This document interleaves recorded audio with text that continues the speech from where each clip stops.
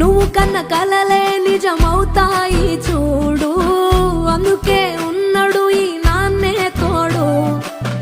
దశరథ మహారాజే నాన్నై పుట్టాడు, నువ్వు రాముడంత ఎదగ